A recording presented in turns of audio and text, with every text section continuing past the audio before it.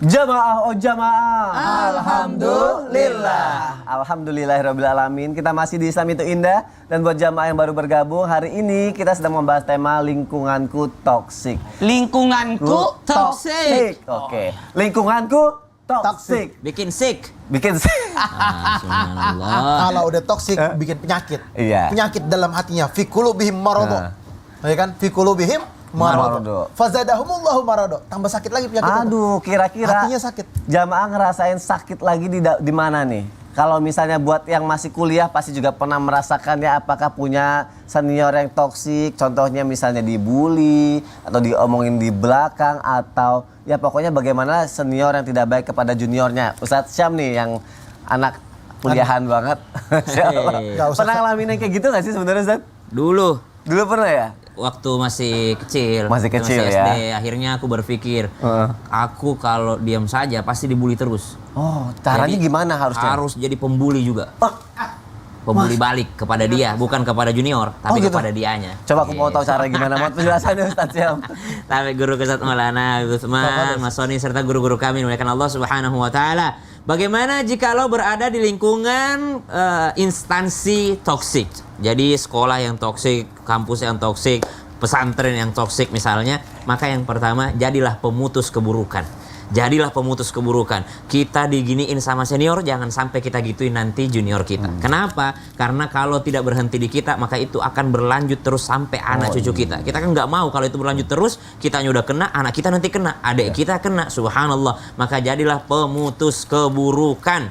Nabi SAW sangat mencintai orang-orang yang menjadi pemutus keburukan. Bahkan Nabi sangat menghargai orang-orang yang menjadi pemutus keburukan. Seperti misalnya Ikrimah. Ikrimah anaknya Abu Jahal. Tapi justru dari Ikrimah ini nanti menjadi orang soleh, orang baik, sahabat Nabi, jadi lahirlah keturunannya, keturunan yang baik-baik. Taif orangnya buruk-buruk pada saat itu, melempar Nabi, membenci Nabi, tapi Nabi SAW mendoakan mereka agar lahir dari mereka orang-orang yang baik. Justru mereka jadi pemutus keburukan, anak cucunya menjadi ulama-ulama, para sahabat Nabi, para tabi'ut tabi'in berasal dari tanah Taif. Subhanallah. Maka jadilah pemutus keburukan. Itu yang pertama. Yang kedua, Ustadz, boleh nggak membalas keburukan dengan keburukan? Boleh. Tapi kalau udah dibalas sama kita sendiri, udah nggak dibalesin sama Allah, mending kita minta Allah yang balesin kepada mereka. Atau minta Allah balas sesuatu digantikan daripada diri kita. Sebagaimana ketika terzalimi, Nabi SAW ketika dizalimi oleh Suraqah yang hendak menombaknya dari belakang, Nabi meminta kepada Allah, Allahumma kfini bima syi'ta wa kaifa syi'ta. Ya Allah, aku udah capek sama Suraqah ini, terserah engkau mau diapakan. Nah, itu doanya Nabi ketika terzalimi dalam keadaan terdesak.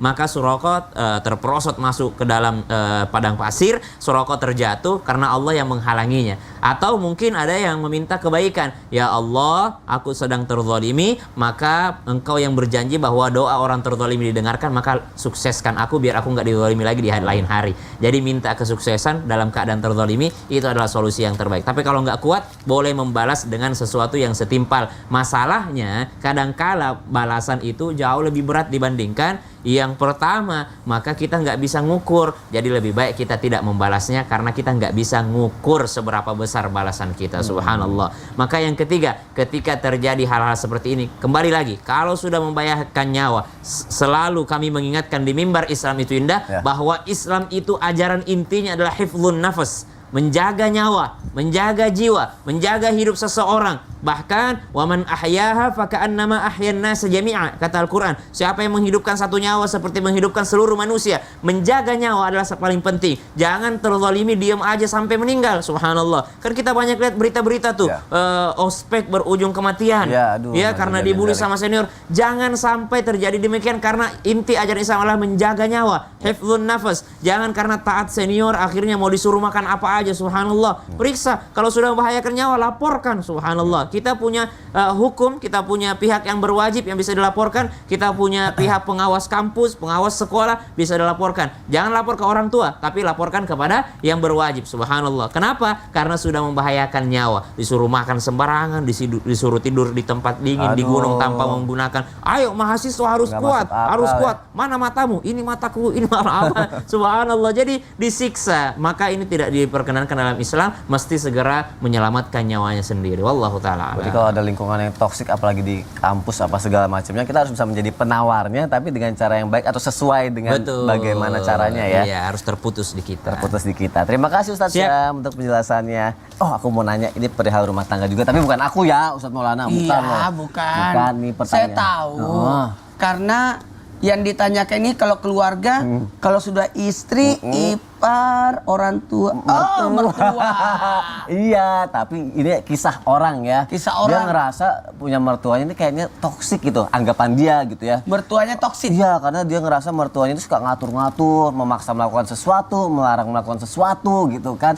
Nah, dia bingung dia harus bagaimana, nurut aja atau boleh berontak atau harus seperti apa nih Ustadz Maulana? Baik, makasih banyak izin Habib dan Ustaz Sam. Kepada semua jamaah dimanapun berada, jangan jadikan mertua adalah lawanmu. Tapi jadikanlah mertua adalah orang tua dari partnermu. Berarti lebih hebat dari partner kita. Karena lebih senior, lebih jago, lebih berpengalaman. Maka mertua adalah orang tua kita juga.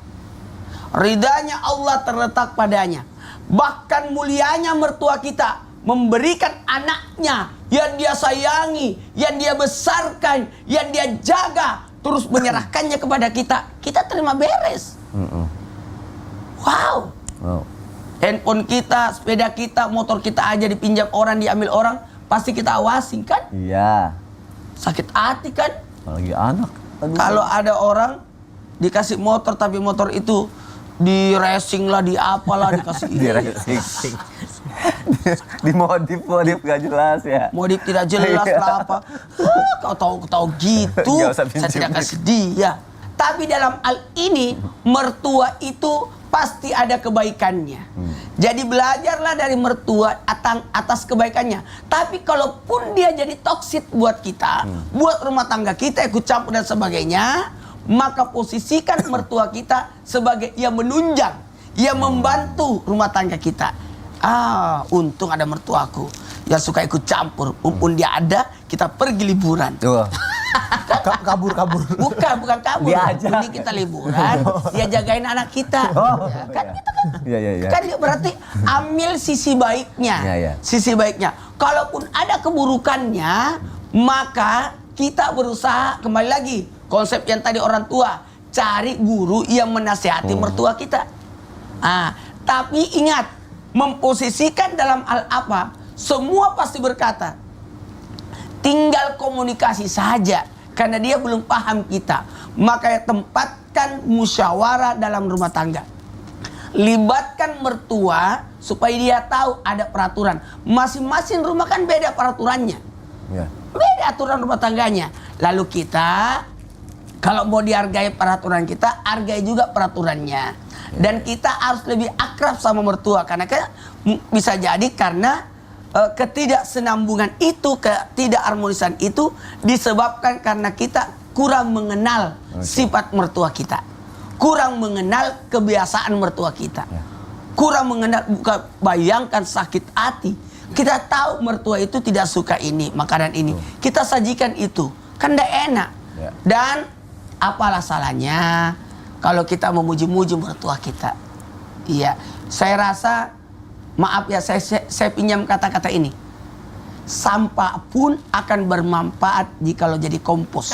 Baik, berarti di sini adalah tidak ada salahnya kalau kita mendekatkan diri ke mertua supaya kita lebih dekat sehingga tidak terjadi hal-hal yang tidak diinginkan atau konflik gitu ya. Ada konflik. Paling bagus Masya itu Allah. pindahlah rumah, jangan jadi beban, jangan suka curhat sama mertua. Itu apalagi orang tua dicurhatin, yang ada kasihan istri. Aduh, kita belajar mandiri aja sama yang ada di rumah ya. Oh iya. Terima kasih Ustadz Maulana untuk penjelasannya. Hari ini kita sudah belajar bagaimana supaya kita terhindar dari konflik-konflik dari berbagai macam lingkungan terdekat, keluarga atau juga sekolah atau pergaulan gitu.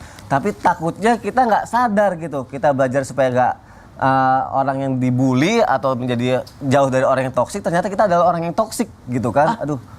Kita sendiri. Iya, kita sendiri gitu. Tanpa kita sadari. Justru kita jadi toksik buat orang lain. Itu. Hello. Dari tadi kita bahas orang lain. Ternyata kali ini kita adalah orang yang sendiri toksik. toksiknya. Kita harus tahu cara minta maafnya gimana. Apa cuma maafin saya ya, saya udah toksik, atau harus seperti apa? Habib Usman. Ya. Mohon penjelasannya Habib. Ya, akhirnya Mas Soni. Ustaz Maulana, Ustaz Syam. Bismillahirrahmanirrahim. Allahumma shalli ala sayyidina Muhammad wa ala ali sayyidina Muhammad. Ketika ternyata diri kita melakukan perbuatan zalim atau menzalimi orang lain, yang kita toksik kepada Sony, Ya. ya kan? Ya.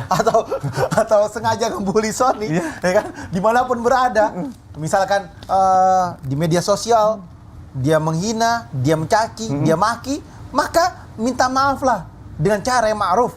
DM, saya minta ridho, saya minta ikhlasnya. Saya sadar bahwasanya saya berperilaku buruk, berkata-kata buruk atau berkalimat buruk, atau ngetik saya dengan kalimat-kalimat yang tidak baik. Tolong maafkan saya minta ridhoannya. Ini adalah bentuk permintaan maaf kita. Karena apa? Yang tadi dibahas oleh kita, bahwasanya benernya aja itu ghibah. Salahnya itu, misalkan kita salah, kita nggak benar, itu fitnah. Ghibah, kita bisa habis amal ibadah kita. Amal ibadah kita jadi kosong, zong, hancur. Fitnah, asyadu minal qatl, lebih kejam daripada pembunuhan. Summa na'udzubillah. Kita minta maaf kalau kita berada di media sosial. Misalkan kita sebagai atasan, kita minta maaf kepada bawah kita, gak usah gengsi, samperin baik-baik. Saya minta maaf, saya minta ridhonya, saya minta ikhlasnya. Mungkin saya berperilaku kurang baik, gak selamanya juga saya menjadi atasan. Besok ketika umur saya udah lanjut, belum tentu juga saya menjadi seorang pemimpin. Besok misalkan saya meninggal, dicabut nyawanya sama Allah, saya bukan memimpin lagi. Jadi saya minta maaf, jangan merasa gengsi. Saya atasan, saya bos di sini, saya berkuasa di sini. Kamu semua bawahan saya, nggak boleh kayak gitu. Minta maaf, saya minta maaf, minta ridho, minta ikhlasnya. Dan atasan juga mengerti dan memahami bahwasanya kalimat seperti itu bukan menjatuhkan dia, tetapi membuat suatu kebanggaan yang dahsyat, yang luar biasa, bahwasanya inilah sosok pemimpin. Terus bagaimana terhadap istri suaminya? Sama, kita rumah tangga bareng, kita hidup bareng, satu kamar bareng, ya kan? Hari ini kita baik sama dia, besok juga harus lebih baik lagi. Dia mengurus anak kita, dia menjaga rumah kita, dia melindungi kita, dia mencari nafkah sama kita misalkan. Berbuat baik dengan kalimat yang baik. Minta maaf, saya minta ridhonya. Mungkin yang kemarin saya khilaf, syaitan mengganggu saya dengan dahsyat, dengan hebat, membuat pikiran saya kacau, kalimat saya kacau, perbuatan saya kacau. Akhirnya saya sindir, saya singgung, saya ungkit-ungkit masa lalu. Ini syaitan. Saya tersinggung atau saya cemburu. Akhirnya membuat saya lupa akan hal ini. Akhirnya saya berkalimat yang gak baik. Saya minta maaf, saya minta ridho, saya minta ikhlasnya. Inilah bentuk suami istri yang baik, yang saling menghargai, saling menghormati. Kedepannya akan jauh lebih baik. Inilah yang kita harapkan. Sakinah, mawaddah, warahmah. Ketenangan, cinta, dan kasih sayang. Penghuni surganya Allah itu adalah mereka yang sakan, mereka yang tenang. Bahagia mereka di sana. Sama, di dalam rumah. Ketika seorang berada di rumahnya, nyaman, tenang. Ini surga. Ya. Kita ingin berharap rumah kita adalah surga kita. Oleh karena itu, kepada siapapun di muka bumi ini, teman kantor, teman kerja, atau media sosial kita, saudara kita, tetangga kita, atau siapapun mereka, berbuatlah yang baik. Berkatalah yang baik. Falyaqulu khairan aw liyasmut. Kalau dia berkata yang baik, kalimat yang baik. Kalau dia nggak bisa, dia diam, istighfar, minta ampunan kepada Allah, tenangkan. Makanya ketika berkata, berkalimat, istighfar yang banyak, salawat yang banyak, sehingga kalimat dan kata-katanya semuanya mengandung kebaikan. Pikir dulu baru ngomong, jangan ngomong dulu habis itu mikir. Ketika dia ngomong, dia ngetik, dia nggak mikir, celaka binasa. Yang tadi Ustadz Maulana sampaikan, jarimu jerujimu. Masya Allah, Betul, jarimu jerujimu. Berarti berbuat baiklah terhadap sesama, meminta maaflah jika kita berbuat salah dengan cara yang Betul. baik, dan tidak mengulanginya lagi ya jamaah ada di Minta rumah. maaf itu bukan berarti kita hina, Ya, kita hebat. kita hebat, Masya Allah. Meminta maaf bukan berarti kita kecil atau Iya. menghina atau hina ya. Habib tadi bahasannya pengalaman banget ya. Kayaknya ada pengalamannya dulu deh. Cukup jelas ya masalahnya ya. Terima kasih Habib Usman ya untuk penjelasannya Habib ya. Kalau kita sudah meminta maaf, kalau kita sudah berusaha untuk menjadi lebih baik dalam setiap apa yang kita lakukan di lingkungan kita, tapi kita kayaknya juga butuh doa nggak sih Ustadz Syam? Doa kayak yang mustajab gitu biar kita bisa survive gitu di lingkungan toksik atau bisa terhindar dari orang-orang yang toksik gitu. Betul. Ada doanya nggak sih Ustadz Ustadz? Sam ini adalah manusia yang suka dibully. Kenapa? Iya, Nggak jadi ada ya? doanya dikabulin sama Allah. Saya berharap hari ini doanya doain Iya Ustadz juga Maulana. ya. Orang-orang yang ditoksit jadi korban toksit itu sebenarnya Doanya orang-orang mustajab. yang dikabulkan doanya kan. Betul. Doa yang dikabulkan adalah orang yang dizalimi. Betul, dan doanya mustajab. Ingat penonton di rumah, Ya. doakan Ustadz Maulana biar dapat jodoh. Karena Amin. doa kalian mustajab. Karena dibully. Karena dibully. Masya Allah. Kalau kita argumentasinya sama Ustaz Jadi siapa emang kali kita ini? hidup di dunia itu kan sering mendengarkan kicauan burung. diri. Subhanallah. Jadi kicauan burung itu nggak semuanya merdu, ada juga yang agak sedikit mengganggu. Betul. Gitu. Baik, bismillahirrahmanirrahim, bicara tentang doa ketika kita dalam keadaan lingkungan yang toksik gitu ya, lingkungan baik lingkungan keluarga, lingkungan sekolah, lingkungan kerja atau lingkungan apapun itu, maka Nabi SAW mengajarkan kita satu doa dalam sebuah riwayat. Bismillahirrahmanirrahim. Allahumma inni a'udzubika min yaumis su, ya, wa min lailatis su, wa min sa'atis su, wa min sahibis su, wa min jaris su fi daril maqamah. Jadi Nabi SAW mengajarkan kita untuk menjauh daripada sesuatu yang jelek. Di antara yang jelek yang Nabi sampaikan, ya Allah, sesungguhnya aku berlindung kepadamu dari hari yang buruk, mi yaumissu, yang pertama, wa min lailatis su, dan daripada malam-malam yang buruk. Kemudian dari waktu yang buruk, kemudian wa min sahibis su, daripada sahabat yang buruk, dan juga min jarisu, dan daripada tetangga yang buruk. Jadi ada beberapa hal yang Nabi SAW minta untuk terhindar daripadanya, dan doa ini untuk kita semua. Kemudian ada di redaksi yang lainnya, Nabi SAW meminta, Allahumma inni a'udzubika min khalili makir. Ya Allah, saya berlindung kepadamu dari teman yang suka menipu. Jadi dia udah khalil itu kan sahabat dekat. Tapi biasanya kita tuh terbegal bukan dari orang jauh, terbegalnya dari orang-orang terdekat. Orang yang paling kita percaya itu yang paling mengkhianati kita, biasanya seperti itu. Karena Nabi Yusuf alaihissalam yang membuangnya ke sumur